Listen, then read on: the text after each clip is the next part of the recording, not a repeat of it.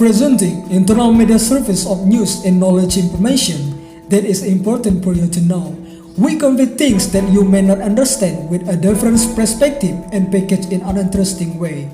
Providing useful information to add insight in social, political, economic, cultural, historical, and natural matters. We deal first in various languages, English, Bahasa Indonesia, and regional languages to convey knowledge insight that may not have been conveyed on other media platforms because we first knowledge for wisdom. Eternal knowledge for wisdom.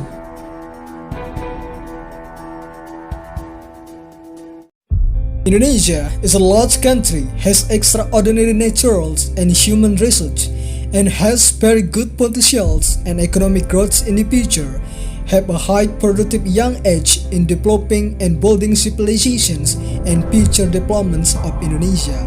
Therefore, to support the government in educating the nation's children in developments and contributing to this country in the future. Through Internal as a knowledge media forum for wisdom, we provide various programs ranging from the latest news, national politics, Indonesian history, general knowledge, documentary, entertainment, the words of Indonesian tourism, and many more, all of which are packaged as accurately and as best as possible with perspective and different approach from the other media. We are here to build prospects for Indonesian future progress as a medium that provides good and important information and knowledge for the people of Indonesia. Internal knowledge for wisdom.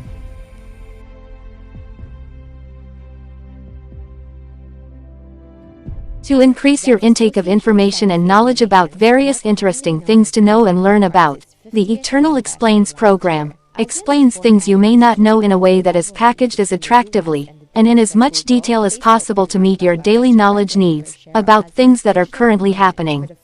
Watch Eternal Explains, only on Eternal Knowledge for Wisdom.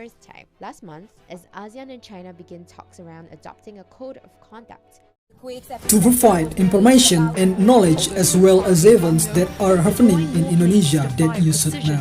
We are here to provide information that is credible, reliable, and accurate and discuss and more depth. Only on Indonesia Today, on Internal Knowledge for Wisdom. Bengkulu, which is a small province on the western edge of the island of Sumatra, has played a big role in the founding of this country. Indonesia in 1945. Besides that figure, other Bengkulu figures are also interesting to discuss. As well as the various potentials and local archives in this province, it is also interesting to know through the Bengkulu Inside program, which is packaged as attractively and as detailed as possible. Watch Bengkulu Inside, only on Eternals Knowledge for Wisdom.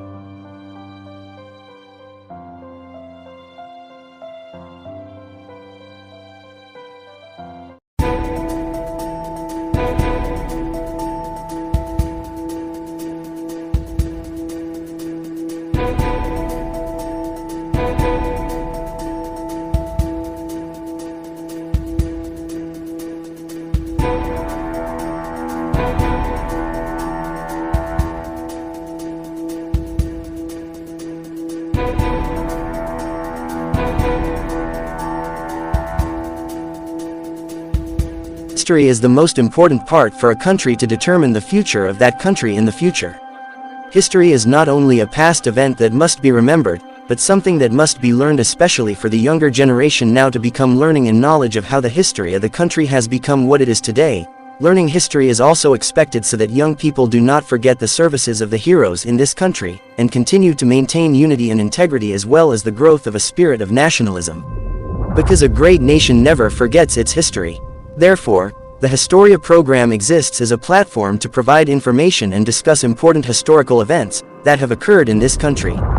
Historia, only on Eternal Knowledge for Wisdom.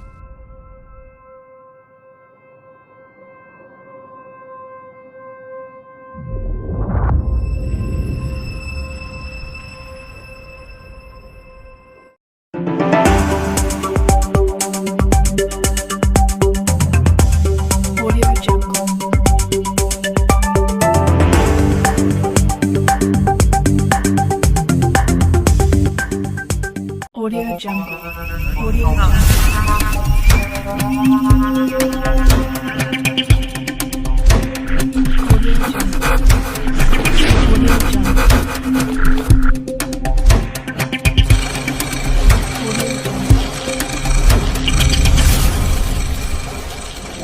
Audio Jungle. This is the crowd welcoming a charismatic Bengkulu figure, Agus Ren M. Najamuddin, by his supporters at Fatmawati Airport. It can be seen that his supporters are so enthusiastic about welcoming one of the respected figures in this province. But why is he so loved and missed by many Bengkulu people? Agus Ren Mariono Najamuddin is the former governor of Bengkulu for the 2005 to 2012 period. Born June 2, 1969, is a child from the hamlet of Anggut, Pinor, South Bengkulu.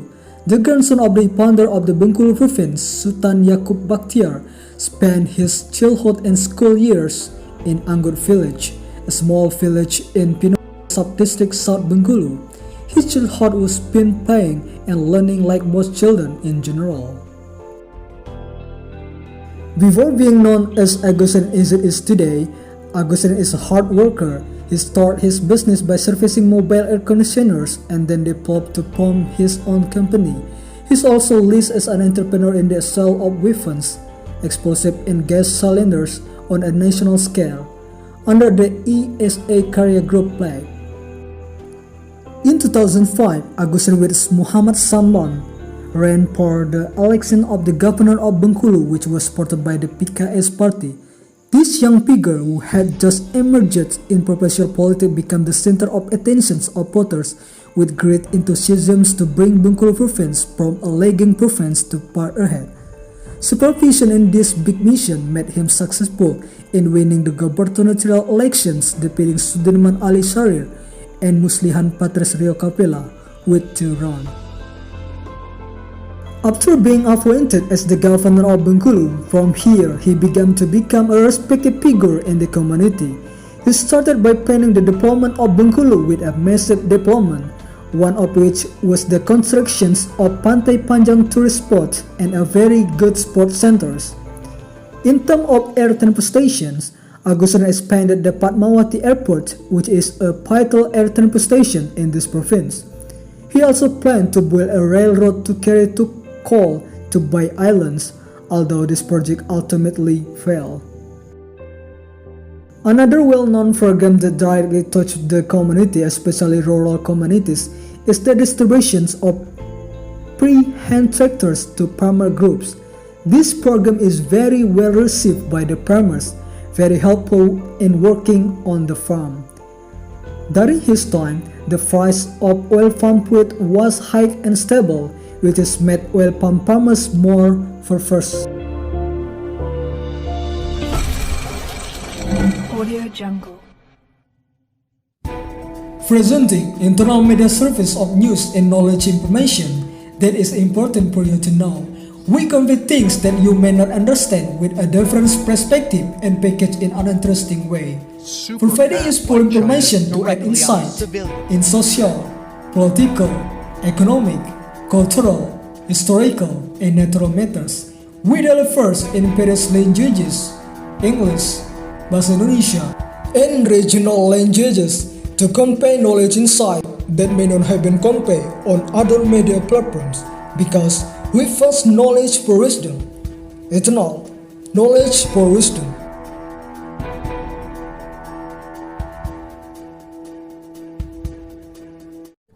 To provide information and knowledge as well as events that are happening in Indonesia that you should know.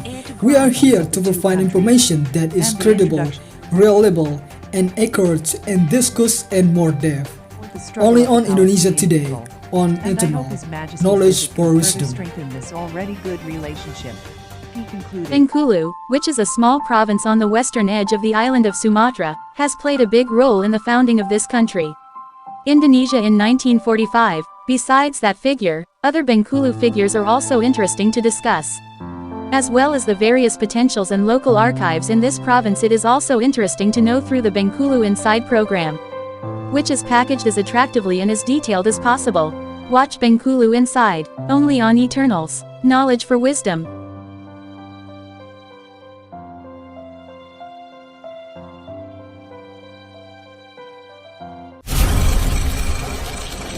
Audio Jungle.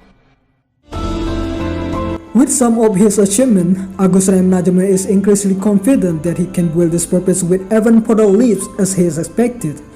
Therefore, in 2010, after the Bengkulu governor's term ended, he with a strong determination and confidence nominated again to become a candidate for Bengkulu governor partway in 5 years. Paired with Junaidi Hamzah, a man from the Rejangnis tribe, with a tight result from his four pairs of opponents, won the governor election for the second time with a 269,012 votes or 31.67%. In the second period of his leadership, he continued the various development programs. However, at the beginning of his leadership, in his second term, Agustin was charged with violating Article 2, Paragraph 1 of the Corruption Eradication Law because he had misappropriated 27 billion Bengkulu APBD funds. He was finally deactivated as governor of Bengkulu. Then the Supreme Court rejected the extraordinary legal remedy for the review of the non-active Bengkulu governor. Agustin M. Najamuddin, as a result, Agustin remained in functions for 4 years because of the corruption in the regional budget worth 20 billion Indonesian rupiah. Walaupun tidak bersalah, saya akan pakai dengan yang sudah ditetapkan. Saya akan pakai itu dan akan saya jalani hukuman itu. Hal ini sudah saya sampaikan ketika putusan itu dibacakan. With these various things, Agustin's names began to get a bad image in society, with the case that was actually still being debated after spending 4 years in Sukamiskin prisons.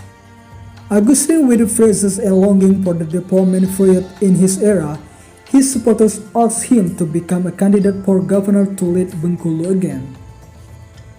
In 2020, Agustin returned to Bengkulu to seek re-election in the Bengkulu gubernatorial election to great welcome from his supporters. Agustin registered himself as a candidate for governor at the Bengkulu General Election Commissions, paired with Imron Rosyadi, who was promoted by the Gerindra, PKB, and Perindo Party. Berkompetisi dengan sehat. Wassalamualaikum warahmatullahi wabarakatuh. During the campaign, Agustin was greeted by thousands of supporters, especially in the countryside of Bengkulu. With high public interest welcoming him, Agustin was sure he could win the governor election competitions at the time. Unexpectedly, in the gubernatorial elections on December 9, 2020, Agustin had to admit the superiority of his opponents who indicate money politics. After only getting 268,316 votes, or 26.44%. But even so, he remains a charismatic figure and is loved by many fans in Bengkulu. Now he is in Agustin in Jakarta, focusing on helping his younger brother Sultan bin Najamuddin's politics, who is now a vice chairman of DPD, to develop his politics at the national level. With all that, he remains a person who is charismatic and loved by his people.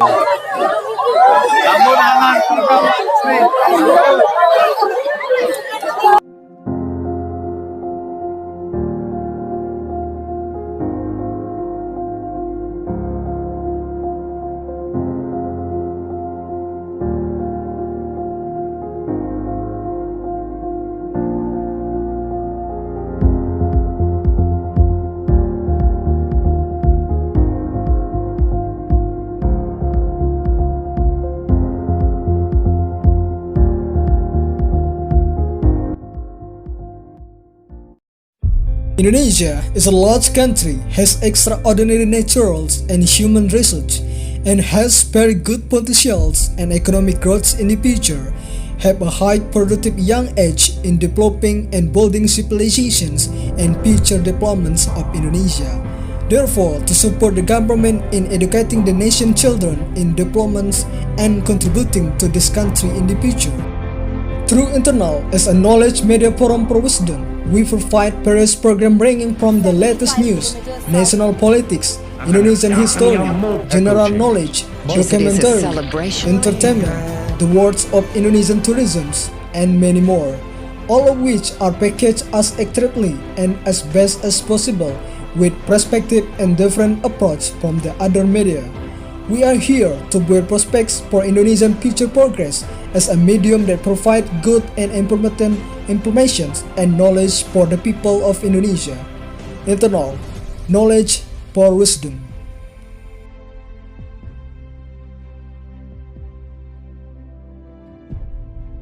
History is the most important part for a country to determine the future of that country in the future.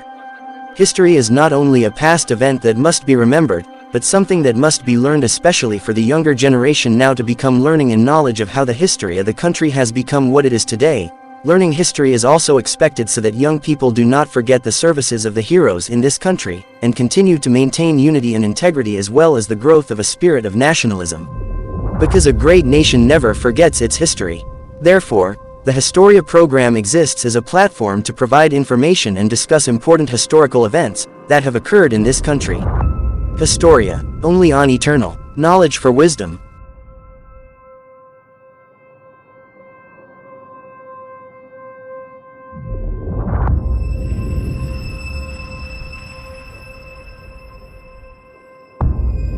To provide information and knowledge as well as events that are happening in Indonesia that you should know. We are here to provide information that is credible, reliable, and accurate and discuss and more depth. Only on Indonesia Today, on Internal, knowledge for wisdom. Strengthen this already good relationship. He concluded.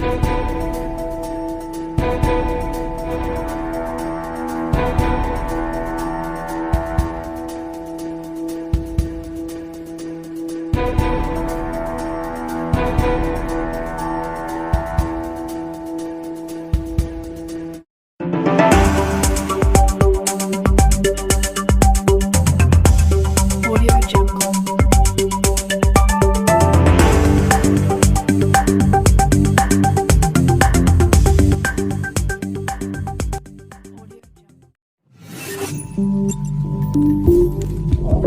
Audio Jungle. Indonesia dan Malaysia adalah negara tetangga yang dari dulu mempunyai ikatan yang spesial karena kedekatan dalam hal budaya dan manusianya. Perselisihan dan perdebatan di sosial media mengenai kedua negara bukan hal yang asing lagi, bahkan banyak yang membandingkan antara negara Indonesia dan Malaysia. Banyak netizen Indonesia mengatakan bahwa Malaysia jauh lebih maju dari Indonesia dalam banyak hal, terutama dalam hal kesejahteraan penduduknya. Membandingkan kedua negara antara Indonesia dan Malaysia bukanlah hal yang baik dan kurang tepat, mengingat kedua negara tidak apple to apple untuk dibandingkan. Negara yang dibilang lebih maju dan sejahtera, banyak faktor yang mempengaruhinya, misalnya jumlah penduduk, letak geografis, dan lain-lain. Oleh karena itu, marilah kita melihatnya secara lebih objektif. Mengapa di awal video tadi saya menyebutkan tidak apple to apple jika membandingkan kedua negara ini? Karena melihat secara luas wilayah, Indonesia jauh lebih luas dibandingkan Malaysia.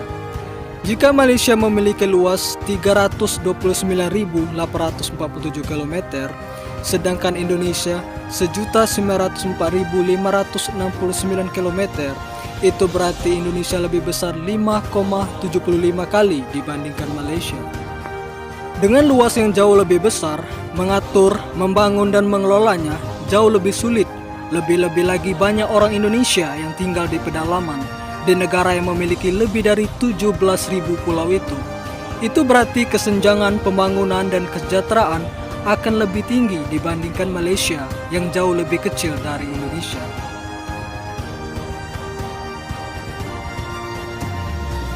Dalam hal ekonomi, menurut PDB, produk domestik bruto adalah nilai pasar semua barang dan jasa yang diproduksi oleh suatu negara pada periode tertentu. PDB merupakan salah satu metode untuk menghitung pendapatan nasional. PDB Indonesia lebih besar dibanding Malaysia, yaitu sebesar 1,29 triliun US dollar atau terbesar ke-17 di dunia. Sedangkan PDB Malaysia sebesar 372.628 miliar US dollar. Sedangkan PDB per kapita kedua negara masing-masing, Malaysia sebesar 11.338 US dollar per kapita dan Indonesia sebesar 4.691 US dollar per kapita. Pendapatan per kapita di kedua negara ini dibagi dari jumlah PDB dengan jumlah penduduk pada tahun yang sama.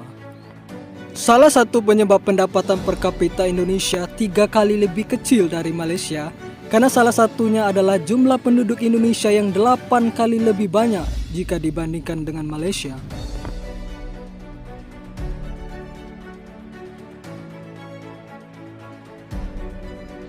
Komposisi penduduk, dalam hal ini etnisitas, adalah satu hal yang juga mempengaruhi kesejahteraan dan kemajuan suatu negara. Jika kita melihat komposisi etnis kedua negara, sangat jauh berbeda. Jika di Malaysia, etnis pribumi atau bumi putra seperti Melayu, Dayak, Tidung, Suluk, Bajau, dan lain-lain hanya 68% dari jumlah penduduk. Berbanding dengan bangsa asing yang telah menjadi warga negara Malaysia seperti Cina 23,2%, India 7%, dan 1% suku lainnya. Berbanding dengan Indonesia yang 95% pribumi atau bumi putra yang mencakup 40% Jawa, 15% Sunda, 40% suku bangsa lainnya seperti Batak, Bali, Minang, Melayu, Bugis, Papua, Betawi, Aceh, Dayak, dan lain-lain. Dan 5% bangsa asing seperti Cina, Arab, India, dan sedikit Eropa.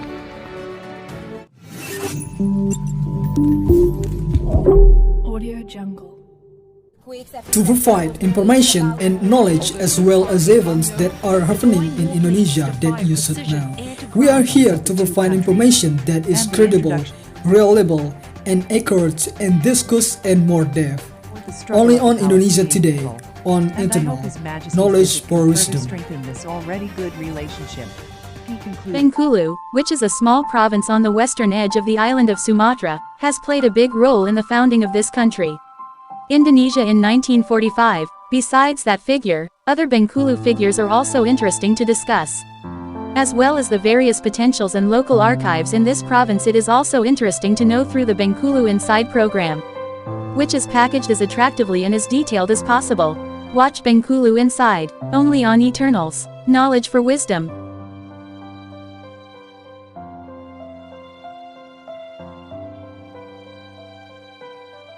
To increase your intake of information and knowledge about various interesting things to know and learn about, the Eternal Explains program explains things you may not know in a way that is packaged as attractively and in as much detail as possible to meet your daily knowledge needs about things that are currently happening. Watch Eternal Explains, only on Eternal Knowledge for Wisdom. Last month, as ASEAN and China begin talks around adopting a code of conduct. Audio Jungle. Yang ingin saya highlight di sini adalah etnis Tionghoa atau Chinese Malaysians. Di negara yang presentasi etnis Cina-nya mencapai 23,2% dari penduduk negara itu, yang mana kita ketahui orang Cina di mana-mana negara adalah seorang yang tekun dan pebisnis yang hebat, yang sangat mempengaruhi kekuatan ekonomi suatu negara, dalam hal ini negara Malaysia. Hal ini juga yang mempengaruhi kualitas dan kesejahteraan dari penduduk Malaysia itu sendiri.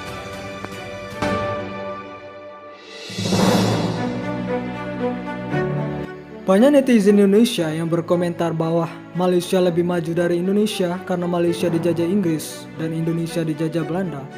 Mereka berpikiran bahwa negara bekas jajahan Inggris lebih maju dari negara bekas jajahan Eropa lainnya. Padahal kalau kita mau membuka mata lebih lebar lagi, negara-negara di Asia Selatan seperti India, Pakistan, Bangladesh, Nepal, dan Sri Lanka adalah bekas jajahan Inggris. Mari kita bandingkan dengan Indonesia, atau dengan Brazil, atau Meksiko, atau dengan Argentina yang merupakan jajahan dari Belanda, Portugis, dan Spanyol yang memiliki kualitas dan kesejahteraan hidup jauh lebih baik dari negara-negara Asia Selatan tadi.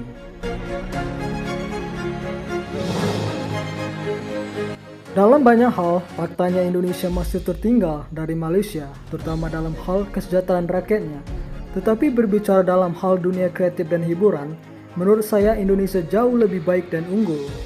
Indonesia mempunyai banyak talenta hebat seperti Agnes Mo, Rich Brian, Anggun C. Sasmi, Raditya Dika, Virginius, dan lain-lain. Adalah anak-anak bangsa yang hebat dan bertalenta yang mempunyai banyak karya. YouTuber Indonesia juga banyak yang sangat hebat dan menginspirasi seperti Chandar Liao, Agung Hapsa, Skin Indonesia 24, Les Des Productions, Nancy Judge, Aulion, dan masih banyak lagi.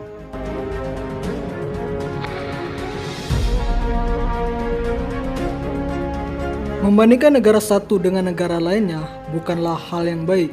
Lebih-lebih lagi negara yang dibandingkan tidak apple to apple untuk diperbandingkan.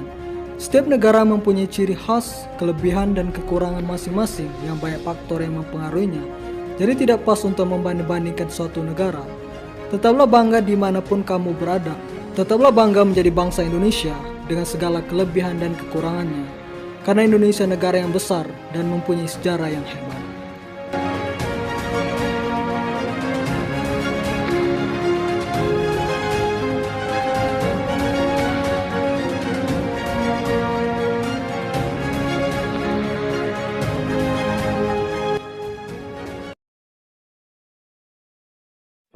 Indonesia is a large country, has extraordinary naturals and human resources, and has very good potentials and economic growth in the future, have a high productive young age in developing and building civilizations and future developments of Indonesia. Therefore, to support the government in educating the nation children in developments and contributing to this country in the future. Through Internal as a knowledge media forum for wisdom, we provide various programs ranging from the latest news, national politics, Indonesian history, general knowledge, documentary, entertainment, the words of Indonesian tourism, and many more, all of which are packaged as accurately and as best as possible with perspective and different approach from the other media. We are here to build prospects for Indonesian future progress as a medium that provides good and important information and knowledge for the people of Indonesia. Internal knowledge for wisdom.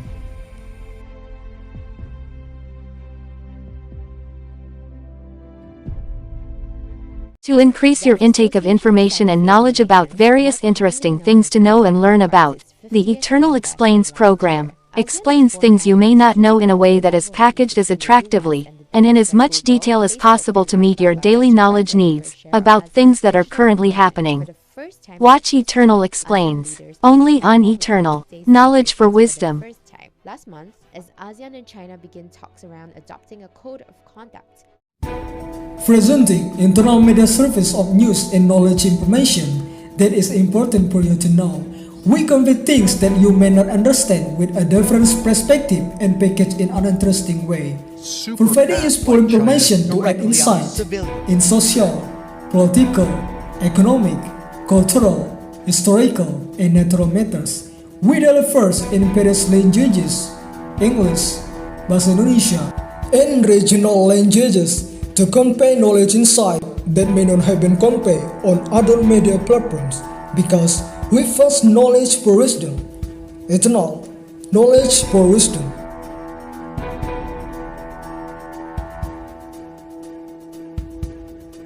Bengkulu, which is a small province on the western edge of the island of Sumatra, has played a big role in the founding of this country. Indonesia in 1945, besides that figure, other Bengkulu figures are also interesting to discuss. As well as the various potentials and local archives in this province, it is also interesting to know through the Bengkulu Inside program, which is packaged as attractively and as detailed as possible.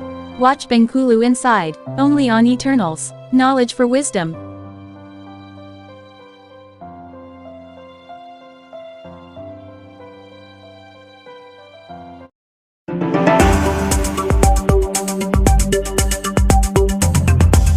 Audio Jungle.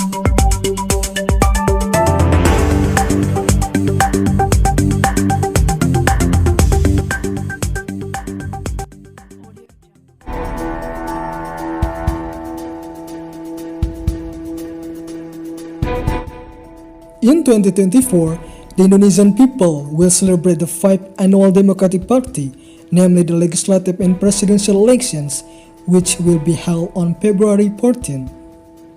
Politicians and national figures have started to be rumored to be advancing in the presidential election in the upcoming 2024 elections.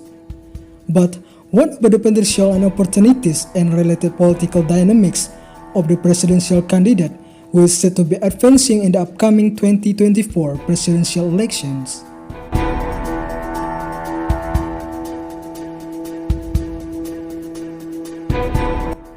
The political dynamics ahead of the 2024 presidential elections are starting to be pale from the formulation of the KIB coalitions or Koalisi Indonesia Bersatu under the chairmanship of Golkar Airlangga Hartarto with the PAN and P3 parties. These coalitions was formed to stir up contention toward the upcoming 2024 presidential elections, where the general chairman of the Golkar party, Airlangga Hartarto, wants in the upcoming presidential elections himself as the general chairman of the second largest party in Indonesia, confident to become a presidential candidate with the coalition of political parties he formed. So on May 13 in the 2022, 3 political party leaders will hold a meeting in Menteng Central, Jakarta. 3, PAN dan Golkar. Nah, pertemuan ini tentu akan mendorong bahwa 3 partai ini akan bekerja sama bersama atau akan bersatu. Bersatu itu sendiri berarti adalah beringin, matahari, dan Baitullah. Kita melihat bahwa ke depan kita ingin membangun budaya politik baru, di mana budaya politik baru itu dijalankan dengan kerjasama yang berjenjang dan bertahap. Tentunya kita akan bekerja sama ke depan untuk mengawal agenda-agenda politik ke depan, termasuk dalam pemilu nanti di 2024. In addition to the 3 parties that have joined, Airlangga also hoped that other parties will join the KIB coalitions. He reasoned that a large nation like Indonesia cannot be managed as a small group but in collaboration with many parties who have the same motivation and goals for the progress and the development of Indonesia itself.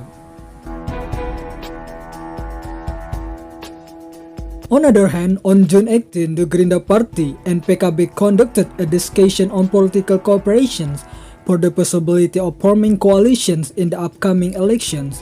PKB Chairman Muhaimin Iskandar held a meeting at Prabowo House.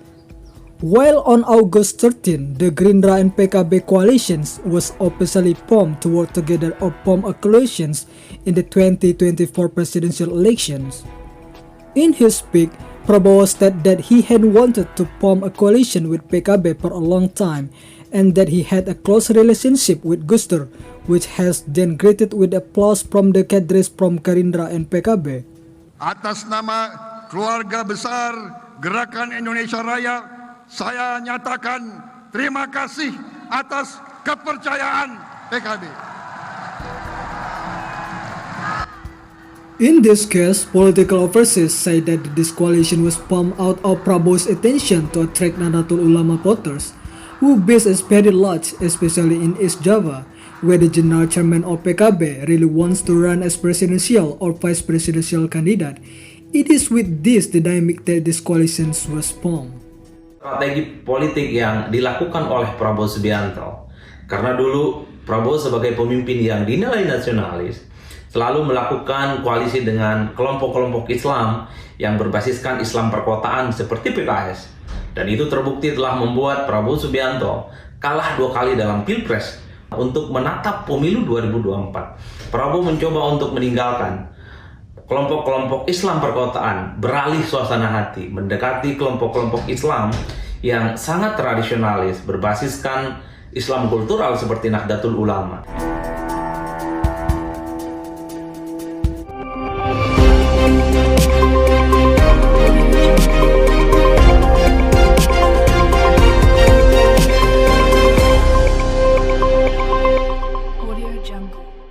To increase your intake of information and knowledge about various interesting things to know and learn about, the Eternal Explains program explains things you may not know in a way that is packaged as attractively. and in as much detail as possible to meet your daily knowledge needs about things that are currently happening.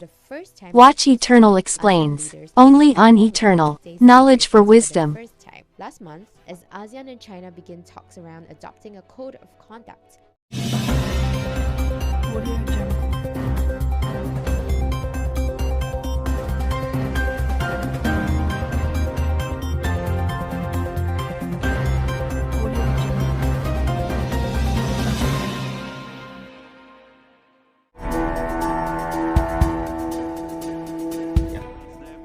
On the other hand, the Nasdem Party at the National Working Meeting on June 15 to 17, the National Working Meeting also discussed the presidential candidate to be carried by the Nasdem Party and the majority vote from representative of 34 provinces of the Nasdem Party cadres.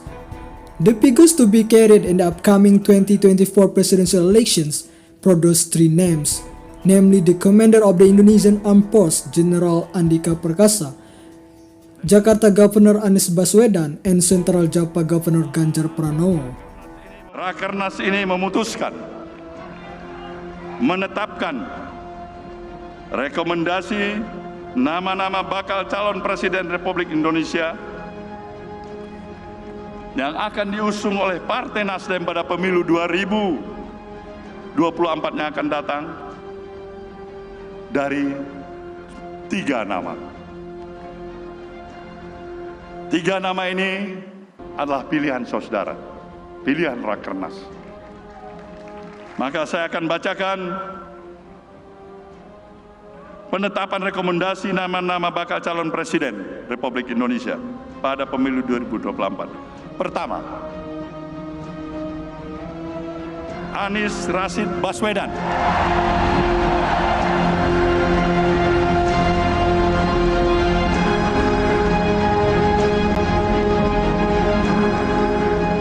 Kedua, Muhammad Andika Perkasa.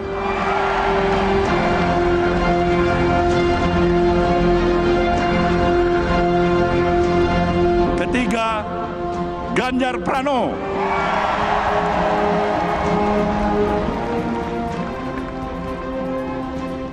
In the end, three namely finally couples into one name, which was then declared by the Nasdem Party as a presidential candidate, namely Anies Rashid Baswedan on October 3 at the Nasdem Tower. In his speech, Anies said that he was ready and honored to be nominated as presidential candidate, and if elected, he was ready to continue the current good deployment programs. Assalamualaikum warahmatullahi wabarakatuh. Salam sejahtera untuk kita semua. Sebuah pagi yang cerah, suasana Jakarta yang tenang, masa depan Indonesia yang insya Allah lebih cerah. Kita berkumpul di tempat ini yang insya Allah membuat babak baru untuk perjalanan Nasdem dan perjalanan Indonesia ke depan. Ketika Bang Surya dan teman-teman di Nasdem mengajak kami untuk berdampingan, untuk berjalan bersama, untuk meneruskan pembangunan di Republik ini, untuk memperbaiki yang kurang dengan memohon petunjuk darinya, dan dengan seluruh kerendahan hati, Bismillahirrahmanirrahim, kami terima dan bersiap untuk menjawab tantangan itu.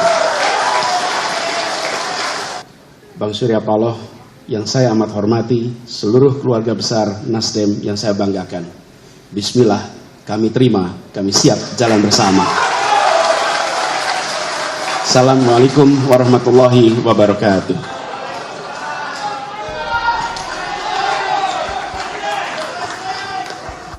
As a result of this declaration, the national political conditions were getting hotter.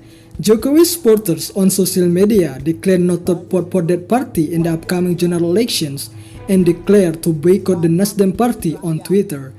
Despite all that, Anies went on a political safari to meet the general chairman of the Ahaya Democratic Party and also to visit the PKS Party to conduct political communications that would make it possible to build a joint coalitions. On the other hand, Ganjar Pranowo was invited in an interview on a national private television program that he is ready if he is nominated as presidential candidate from the PDIV party. This statement was welcomed by Ganjar supporters and volunteers. Ganjar pollsters were also very optimistic that Megawati would be nominated as a presidential candidate through the PDIP party. Pak Ganjar sendiri mau nggak jadi Presiden Republik Indonesia? Dengan kondisi dua realitas yang ada, sebenarnya saya ini masuk partai sudah lama, Mbak. Bahkan sejak mahasiswa di PDI. Setelah itu berganti pada PDI Perjuangan. Saya di partai tahun 92 ya. Maka kalau kita bicara dalam kondisi dua realitas yang ada itu, maka sebenarnya kalau untuk bangsa dan negara apa sih yang kita tidak siap? Berarti kalau ditanya siap menjadi Presiden Republik Indonesia? Ketika partai kemudian sudah membahas secara keseluruhan dan dia akan mencari anak-anak bangsa yang menurut mereka terbaik, menurut saya semua orang mesti siap pada soal itu. Maka kenapa di awal sebagai etik politik tentu saja kami sangat menghormati satu PDI Perjuangan sebagai partai saya, dan dua adalah relasi yang dibangun oleh partai-partai yang sekarang sedang berbincang, dan yang kedua tentu terkait dengan realitas yang ada di survei dan kemudian semua orang memperbincangkan. Kan suara rakyat juga tidak boleh diabaikan tuh.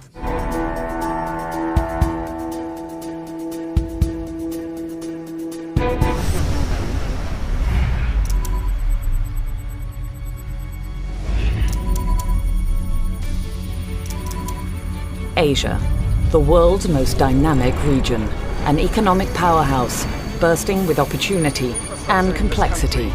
He might use up all his political capital before too long.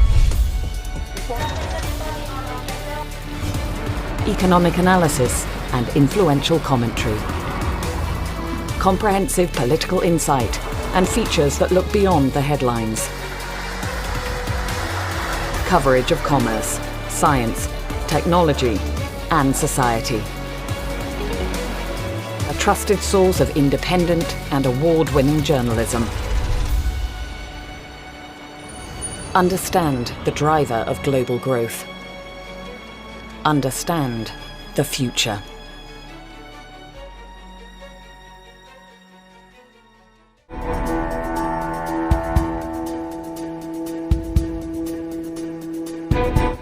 Even though Ganjar's statement was later criticized by the PDIP Secretary General Hasto Kristianto, criticism regarding Ganjar's Erpan as the next presidential candidate is not new.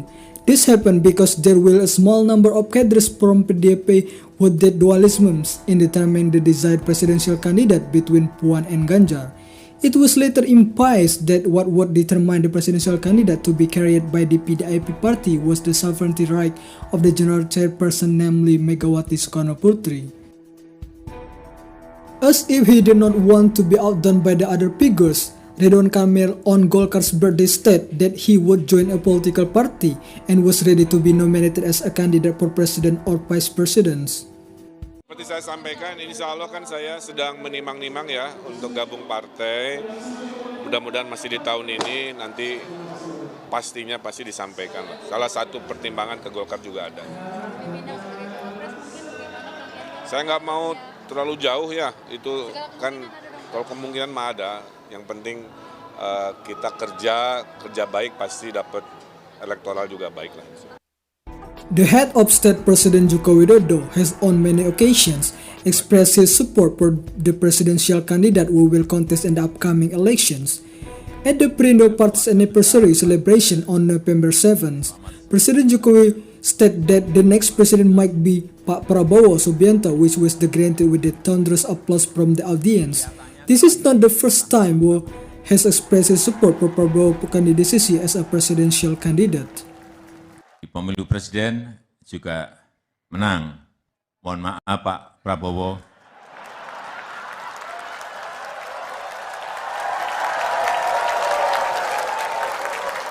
Kelihatannya setelah ini jatahnya Pak Prabowo.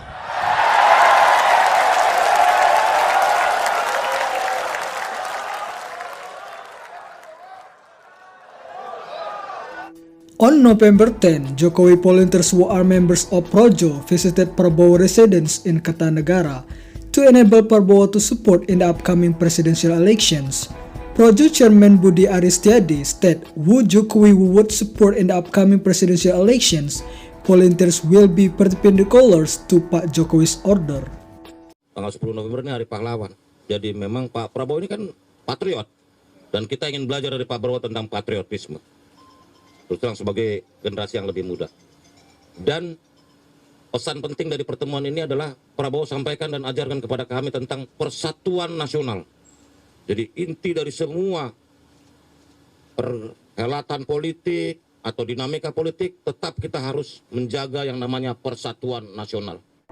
On November 26, Jokowi volunteers who are member of Gerakan Nusantara Bersatu held a meeting at GBK which was attended directly by President Jokowi. The meeting, which was attended by thousands of people, received a lot of attention, especially when Jokowi stated that the leaders would think about the people have many wrinkles on their face and white hair. Pemimpin yang mikirin rakyat itu kelihatan, dari mukanya itu kelihatan. Dari penampilannya itu kelihatan. Banyak kerutan di wajahnya. Karena mikirin rakyat. Ada juga yang mikirin rakyat sampai rambutnya putih semua, ada. This statement was interpreted by many people with Ganjar Pranowo who has white hair. Jokowi's statement also received response from netizens and national figures such as Ridwan Kamil and Ganjar Pranowo in his social media accounts.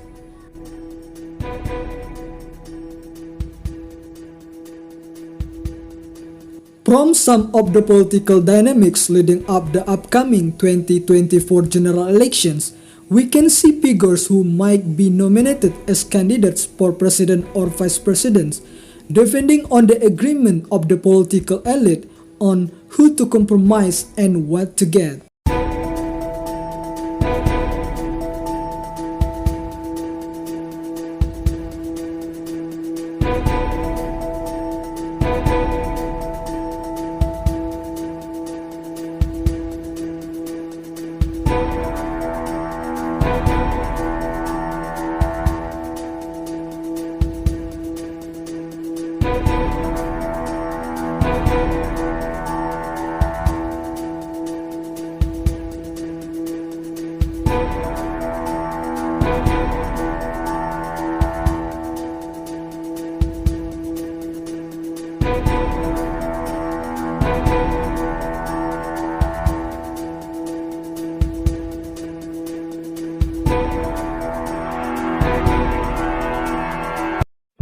Indonesia is a large country, has extraordinary natural and human resources, and has very good potentials and economic growth in the future, have a high productive young age in developing and building civilizations and future developments of Indonesia. Therefore, to support the government in educating the nation's children in developments and contributing to this country in the future. Through Internal as a knowledge media forum for wisdom, we provide various programs ranging from the latest news, national politics, Indonesian history, general knowledge, documentary, entertainment, the words of Indonesian tourism, and many more, all of which are packaged as accurately and as best as possible with perspective and different approach from the other media. We are here to build prospects for Indonesian future progress as a medium that provides good and important information and knowledge for the people of Indonesia. Internal, knowledge for wisdom.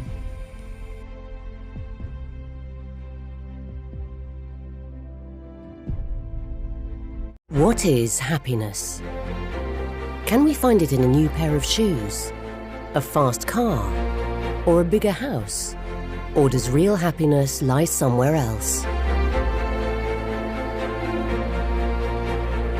Hundreds of studies have proved that spending time in nature can make us feel better both in mind and body in a way that nothing else can. We wanted to find out whether simply watching footage of the natural world could have the same effect. There were feelings before and after watching Planet Earth 2 clips. This data showed significant increases in joy, contentment, curiosity, awe, amazement, and wonder, and clear reductions in tiredness and low energy. It even reduced stress, especially among younger viewers. These findings revealed that wildlife programs can cause viewers to experience positive emotions. It's these uplifting emotions, helping you to be more connected with this amazing place we call home.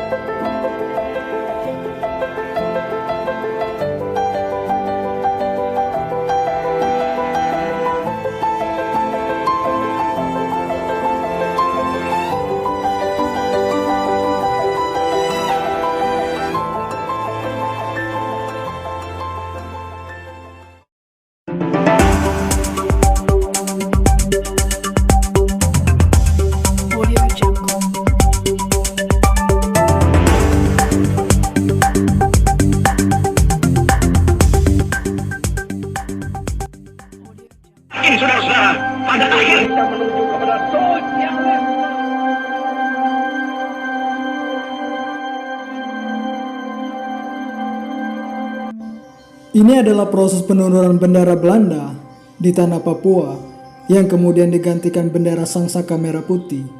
Ini juga menandakan bahwa secara resmi Papua yang sebelumnya masih menjadi koloni Belanda diserahkan kedaulatannya kepada Indonesia dan menjadi provinsi baru negara Indonesia. Proses penyerahan kekuasaan tanah Papua dari Belanda ke Indonesia mempunyai sejarah yang panjang dan kompleks. Lalu bagaimana proses dan perjuangan bangsa Indonesia untuk merebut kembali Papua dari cengkraman koloni Belanda? Laki-laki muda komando Trikora, mari macam tutur, mari Irian Barat. Mama sudah bilang anak jangan kau pergi, nanti kau pergi, nanti mati di sana. Aduh mama ikut komando Trikora untuk membebaskan Irian Barat. Tandanya setia pada negara, nekat karena benderaku merah putih warnanya.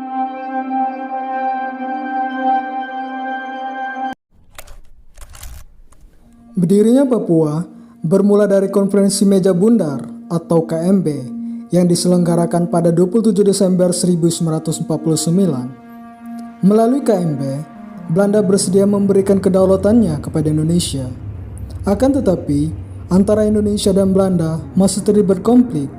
Kedua negara ini tetap merasa berhak atas tanah Papua atau Irian Barat. Karena Belanda tetap ingin Papua bagian barat berbentuk sebagai negara sendiri. Alasannya adalah karena orang-orang asli Papua memiliki perbedaan etnis dan ras dengan masyarakat Indonesia pada umumnya. Oleh sebab itu, Belanda ingin Papua berdiri sebagai negara sendiri di bawah naungan kerajaan Belanda. Nugini Belanda mengacu pada wilayah Papua atau Irian Barat yang sementara itu adalah wilayah luar negeri dari kerajaan Belanda tahun 1949. Selama Revolusi Indonesia, Belanda telah melancarkan aksi polisi untuk mengambil wilayah Papua dari Republik Indonesia. Belanda menjajah Papua karena Papua banyak menghasilkan hasil bumi. Di bawah kekuasaan Belanda, Papua diharuskan untuk memberikan setiap hasil bumi mereka, tetapi Papua tidak melakukannya. Kendati demikian, Belanda tetap ingin memerdekakan Papua atau Irian Barat. Alasannya, Belanda telah melakukan investasi besar di bidang keuangan dan ilmu pengetahuan sejak awal abad 19 untuk menjamin Papua Barat resmi menjadi wilayah koloni. Dengan demikian, Belanda merasa menjadi pihak yang paling mendukung Papua Barat daripada Indonesia.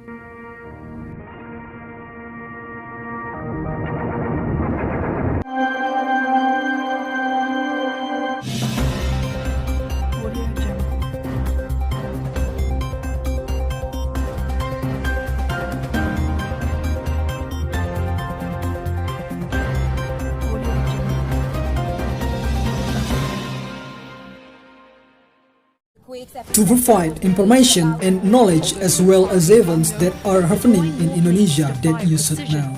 We are here to provide information that is credible, reliable, and accurate and discuss and more depth. Only on Indonesia Today, on Internal Knowledge for Wisdom. Strengthen this already good relationship. He can...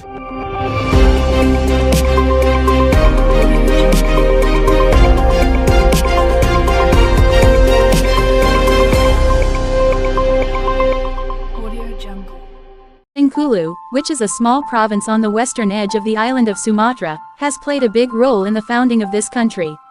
Indonesia in 1945. Besides that figure, other Bengkulu figures are also interesting to discuss.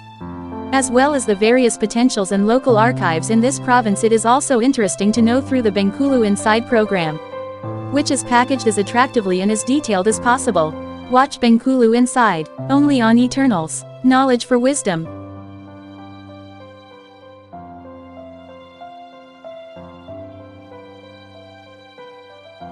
Ini saudara-saudara, pada akhirnya kita menuju kepada Sud yang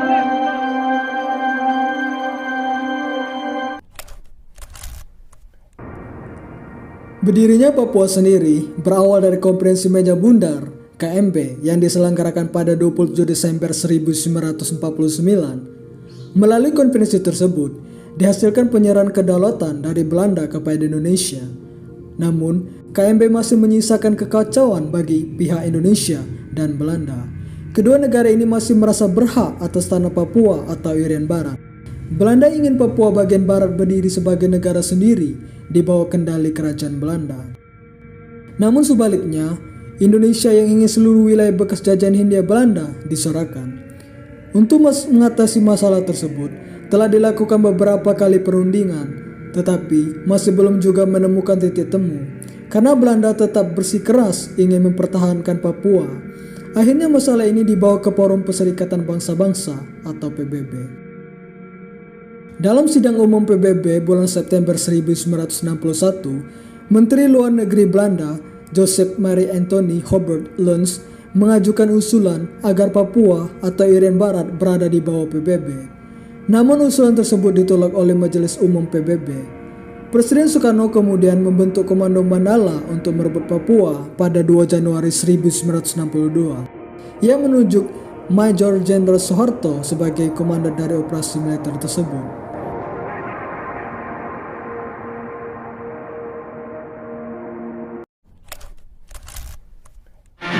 Kemerdekaan Indonesia yang diproklamirkan tanggal 17 Agustus 1945 masih menyisakan sengketa teritorial dengan Belanda karena wilayah Irian Barat.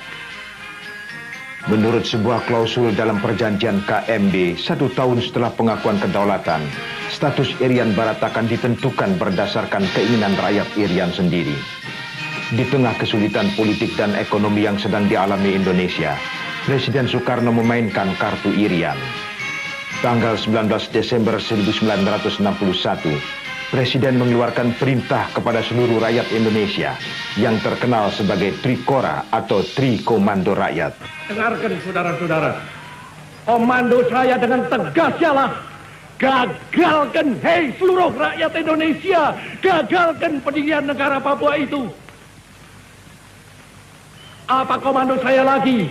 Hei seluruh rakyat Indonesia, kibarkan bendera Sang Merah Putih di Papua, di negara di Irian Barat itu. Tegas saya memberi komando ini, gagalkan negara Papua itu, kibarkan bendera Sang Merah Putih di Irian Barat, gagalkan, kibarkan bendera kita, dan siap sedialah akan datangnya mobilisasi umum yang mengenai seluruh rakyat Indonesia untuk membebaskan Irian Barat sama sekali daripada cengkeraman imperialisme Belanda. Pada tanggal 2 Januari 1962, pasukan TNI dengan melakukan terjun payung dan pendaratan gerilyawan Angkatan Laut bersiap melakukan operasi militer ke Papua. Pasukan yang dikirim adalah Komando Pasukan Kerak Cepat Auri, RPKAD TNI Angkatan Darat, dan Kopaska TNI Angkatan Laut. Ketiga pasukan tersebut diperintahkan untuk menyelinap melakukan sabotase, dan melancarkan perang secara gerilya. Pasukan ini diberangkatkan dari Jakarta ke Surabaya menuju Gedung Senjata Penataran Angkatan Laut atau PAL. Akan tetapi, persediaan senjata saat itu sudah tidak lagi memadai, sehingga hanya tersisa bahan peledak yang berhasil direbut oleh pasukan khusus Indonesia. Selain itu, untuk melumpuhkan Belanda, Angkatan Perang Republik Indonesia atau APRI juga mengerahkan pesawat bom nuklir Tu-16 buatan Rusia. Setelah mengalami pertempuran panjang, pada 15 Agustus 1962, Belanda mengakui ambisi Indonesia untuk merebut Irian Barat. Karena tidak ingin lagi terlibat lebih jauh, pemerintah Belanda akhirnya menandatangani Perjanjian New York, yang salah satu isinya adalah pemerintah Belanda akan menyerahkan Papua ke PBB pada 1 Oktober 1962 dan dilakukannya PPRA untuk menentukan apakah rakyat Papua ingin bergabung dengan Indonesia atau memisahkan diri menjadi negara sendiri.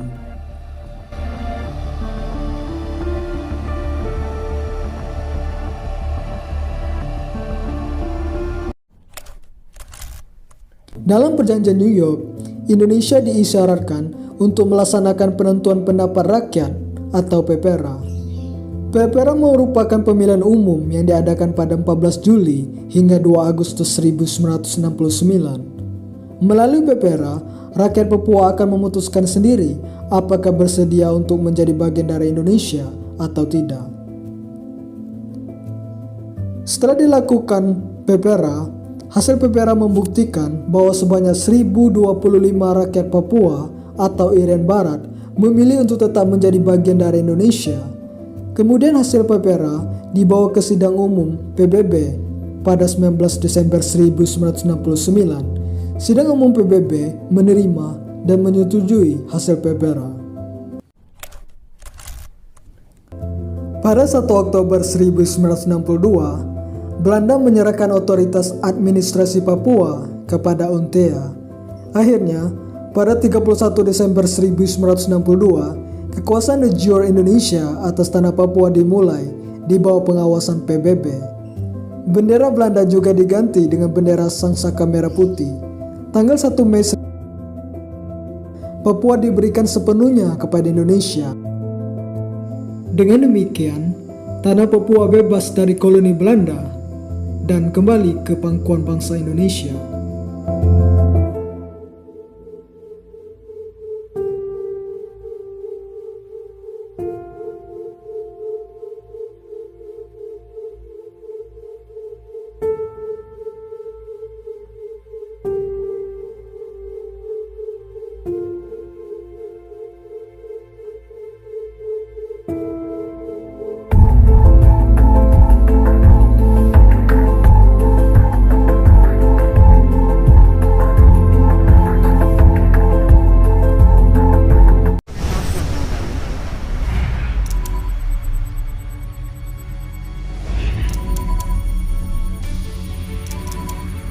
Asia, the world's most dynamic region, an economic powerhouse bursting with opportunity and complexity.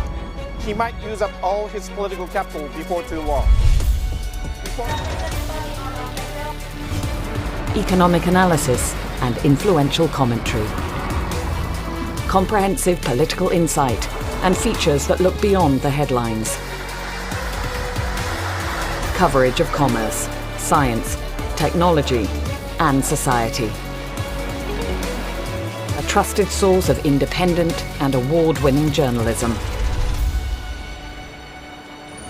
Understand the driver of global growth. Understand the future.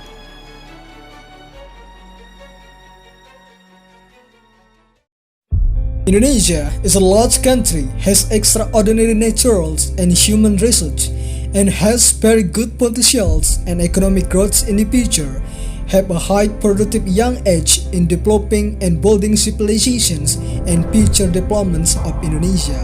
Therefore, to support the government in educating the nation's children in developments and contributing to this country in the future. Through internal as a knowledge media forum for wisdom, we provide various programs ranging from the latest news, national politics, Indonesian history, general knowledge, documentary, entertainment, the words of Indonesian tourism, and many more, all of which are packaged as accurately and as best as possible with perspective and different approach from the other media. We are here to build prospects for Indonesian future progress as a medium that provides good and important information and knowledge for the people of Indonesia. Internal knowledge for wisdom.